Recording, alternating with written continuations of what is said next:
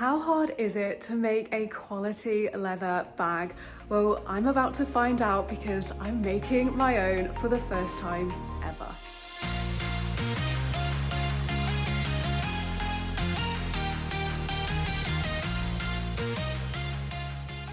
Hey everyone, Steph here. Today's video I'm just so excited for this because I am here at Diamond Owl Leather Workshop in the UK. I have booked on a 3-day course and I'm going to be making a bag for the first time ever. I talk a lot about bags here on YouTube. As a lot of you know, I am a complete handbag addict, and I've noticed a lot in the comments recently and just conversations that I've been having around craftsmanship, around leather, around just quality in general. Are certain brands worth it? How about certain bags? How are they made? And I felt like in order to understand this on a new level, I actually needed to make my own. I needed to understand like the stitching, like what goes into making a great quality leather bag. So I decided to take matters into my own hands. I will pop links down below. So if you are interested, you can book a course yourself. They do like 1-day, 2-day, 3-day and 4-day courses. And I booked on the 3-day one. So I'm going to be making a leather backpack. The first job is to select the leather. You can see loads of selections over here. I also want to understand a little bit more, and of course I'll be sharing with you guys what I find out, like what are the best quality leathers, what do they look like, and just fully understanding this process. Also like stitching, which parts are glued, so that when I actually look at a bag, I will genuinely know a lot more on a deeper level what the quality of that piece is. So I really hope you enjoy this journey. I'll be sharing with you everything that I find out as we go along from a leather professional. Oh, and if you are interested in booking a course, this bag over here, I believe, is the 4-day course, which I was super tempted by. It's like a really beautiful, like full leather weekend bag. Look. Wow, check out all of these leathers. Oh my gosh, so beautiful. Look at this like burgundy. These are veg tanned leathers. So this is the way that they are kind of finished. This wine red. It's green as well, it's very cool. On the smooth black. Oh, I love it. So many pieces up here. Oh wow, check out this bright yellow. And these are the splits. So when a piece of leather is split, this is the unfinished side, and this is often what we refer to as suede. It is used for suede fabric. So this is when a piece has been split in half to make it less thick. So as an example here, if you wanted a thinner piece of leather, you would split this leather, and these are the splits. How interesting. I didn't know that suede came from the splits of a thicker piece of leather actually being split in half, basically, or to the desired width. Oh, I've also got, what is this, like a croc embossed leather. This is like a cowhide leather, but it's actually been embossed with croc.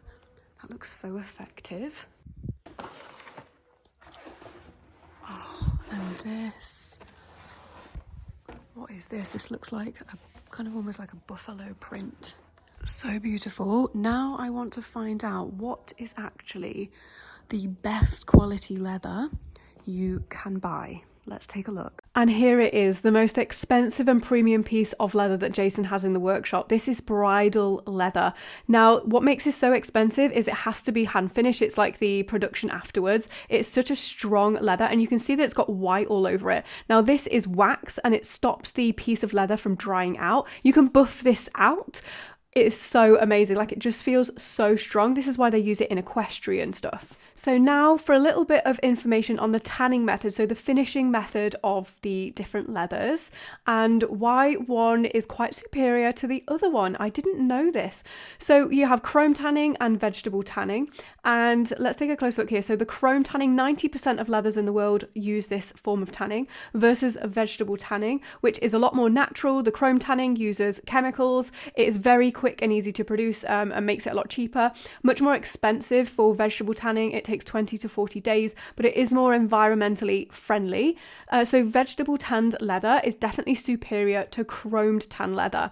Now you can see some pieces here on the left, these like little circles, these are all chrome tanned. So it might be that they're coated with plastic, for example, whereas on the right we have these squares of vegetable tanned leather, which means they are much more natural. They aren't coated with like a plastic, for example. And this is why so many brands use chromed tan leather. So all these little circles are examples. They could be coated with plastic, they have different grains embossed into them potentially.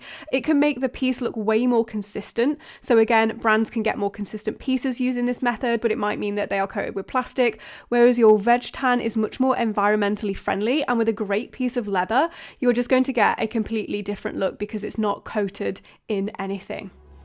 So I've just been cutting out my pattern for the backpack and use this wool here to kind of go around and cut the leather to create the pattern on this beautiful black Italian leather hide. Keep going until it cuts through. It's good. What you're doing here is almost like you're training your hand-eye coordination to do this. I'm just getting used to the movement so you get very accurate. Preparing myself to actually cut my pieces out of the leather here.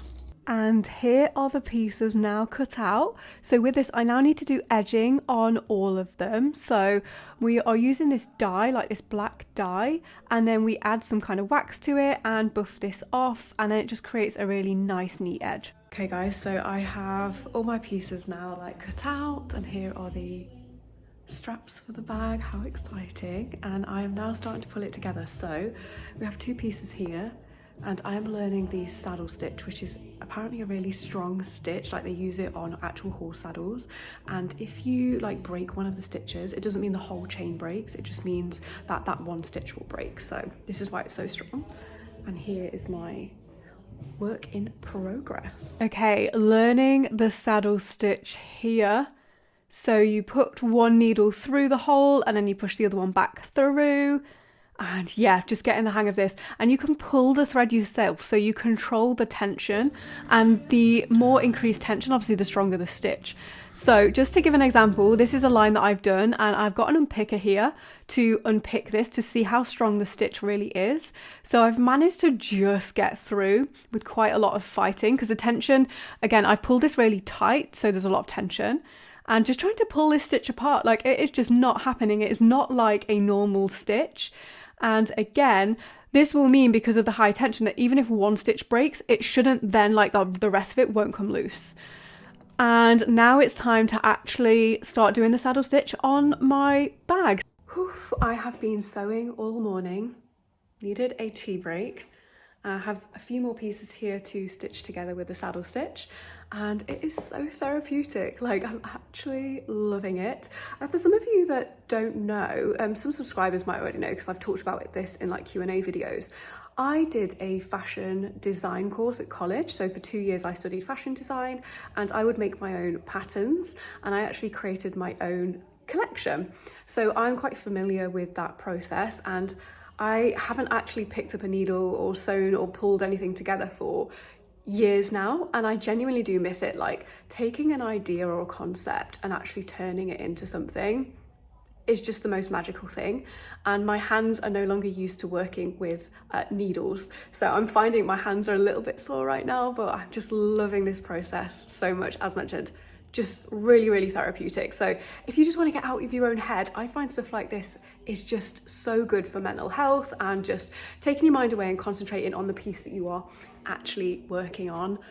I'm loving this, guys. We have like a few pieces. This is the piece that I stitched earlier together. And now I am like stitching together these longer bits, which are going to be like the gusset or the side parts of the bag. And then hopefully this should start taking shape by the end of today. This is day 2 now. So 1 day left after this one. I'm assuming that will be like adding all the kind of straps and all the other details and like finishing stuff off, but it's so good. My saddle stitch in progress. So I'm just stitching together the like sides or the gusset of the bag. I think the stitching is definitely getting neater, and some of my stitching on the bigger piece here as well. We are back for day 3 of making our backpack. Made good progress, a lot of sewing yesterday, so my fingers are feeling it, and I have a feeling there's still a lot of sewing to do today. So I found like the cutest coffee shop nearby, grabbed some coffees, also have a little bit of cake here as well.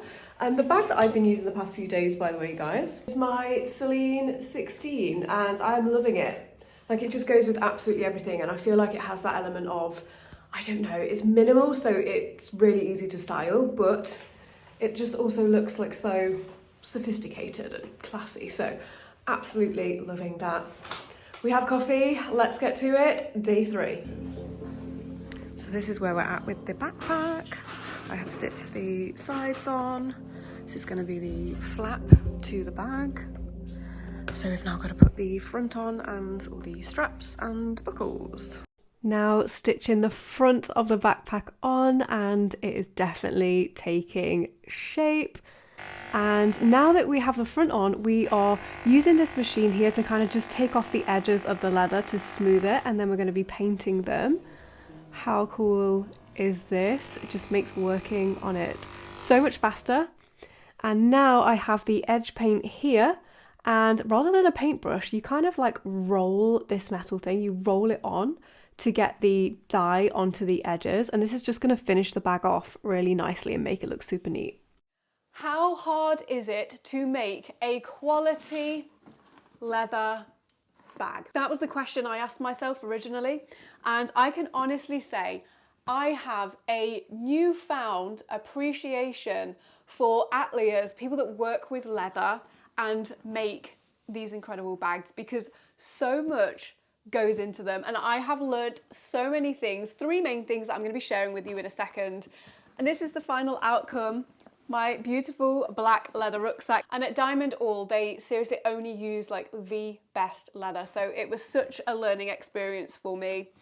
This smells better than I think any of my bags, designer bags I've ever had. Like, it just smells so incredible, and that is testament to the quality. I'm just learning a lot more about leather as well, like just the different processes. This is a veg tan leather, which is one of the highest quality leathers. Only 5% of bags are actually made using this. Okay, so some of the key takeaways. The first one is mission accomplished. I wanted to understand craftsmanship, quality, leathers on a deeper level, and I learned all of that. The first thing Jason did was sit me down and go through all the different leathers. We even looked at like leather alternatives, so plant-based options, and just what it means, like when a leather is coated with something, sometimes you have like no idea what it's actually coated with, whereas like a veg tan leather, like this leather here, it goes through a tanning process. It has definitely opened up my world in terms of trying to understand leathers a lot more, where they come from, the processes that they go through to get them to look like how they make them look. So a really interesting area, and I definitely don't think I will look at bags in the same way again. I will absolutely know a lot more about the quality, about maybe how they've done the stitching. Is it machine stitching? Is it hand stitch with saddle? As we know, Hermes is really renowned for their quality, for example, and their artisans work on one bag the entire way through, from what I understand, and all of the bag is handmade. So by doing that, you can control the tension of stitches, blah, blah, blah, blah. Like, you can get super nerdy with this kind of thing, but I absolutely love it, and I now feel like a much more knowledgeable buyer because of this. Point number 2 that I've taken away from this is that I didn't know how long it actually took to become a professional in this space, to become a leather atelier. Someone who can pull these bags together, like learning about all the different stitches, the different finishes, the different fabrics.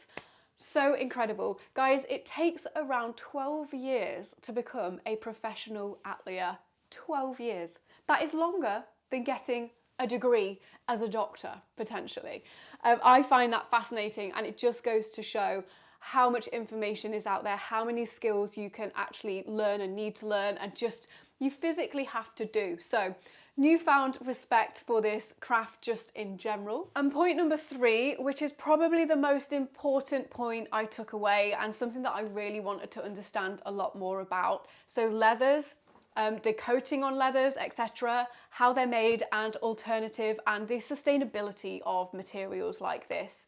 Jason was so knowledgeable, and we chatted about so many different areas of the leather trade. And I think the most shocking figure for me is, again, that only around 5 to 10% of bags and leather goods are actually made with veg tan leather. And pretty much all of the pieces are coated. Now, it's such a minefield of an area if you understand any of this, which again, it's kind of just coming to light for me. But in terms of leathers, they can then be like coated with like different coatings. Tanner Smith from Leather Tanner Smith, he often scrapes it off with like acetone, I believe it is, or something, so you can actually see the finish and you can actually see the leather underneath of the finish. Like, is it actually any good? I absolutely love watching his videos, and I will now watch them with a newfound curiosity to figure out which brands, like what kind of finishing are they using, what leathers underneath of these finishes, like are they really good quality or maybe not so much. And something that I didn't know actually is that, again, I keep referring to Hermes because they are kind of perceived in the luxury world as one of the highest quality brands. They have actually bought their own tanneries. So a lot of the best tanneries around the world, which kind of finishes the leather, they own. And that is why they can create such superior products. I didn't know this. They do sell some of their excess to a few other brands, which I have started to research into. So if you are wanting to know brands that are high quality like Hermes but don't have the hype, they're going to be coming your way. I'm going to be going to Paris even to make sure I go to these stores and show you these pieces in person, because I want to get up close and see what the quality is really like and share with you guys my findings. So again, if you aren't subscribed already, make sure you do that. But how interesting, what a way to control the market by owning some of the best tanneries in the world, so they can control their manufacturing process, like from start to finish. Incredible. And before I forget, I need to show you this because I also brought home with me, I have been wanting a leather wrap belt for a while now because I think they are so beautiful. And I showed Jason a picture of one that I wanted, and he literally made me this in this gorgeous like caramel leather. Let me show you what this actually looks like on, because you wrap it round you. But if you wanted one of these made, guys, I will link to his Instagram down below. Just send him a message. He could make this in like any color. And as mentioned, as with the bag, like he only uses the like amazing veg tan, smells so good, leather. Like you can just feel the quality. I really hope you have enjoyed creating a bag with me. My first ever like leather piece. It has just been so much fun. Let me know what you think to this video in the comments. Would you like to see more videos like this where we go more in depth on things like the leathers, like the craftsmanships, like the hardware, for example? Maybe we analyze different brands, just anything. Let me know in the comments down below. Really hope you've enjoyed this as much as I have. But now make sure you don't go anywhere, because coming up next, I'll link my latest video release here for you, and over here, some of the best quiet luxury bags if you are looking for something that isn't very loud but is high quality. Enjoy.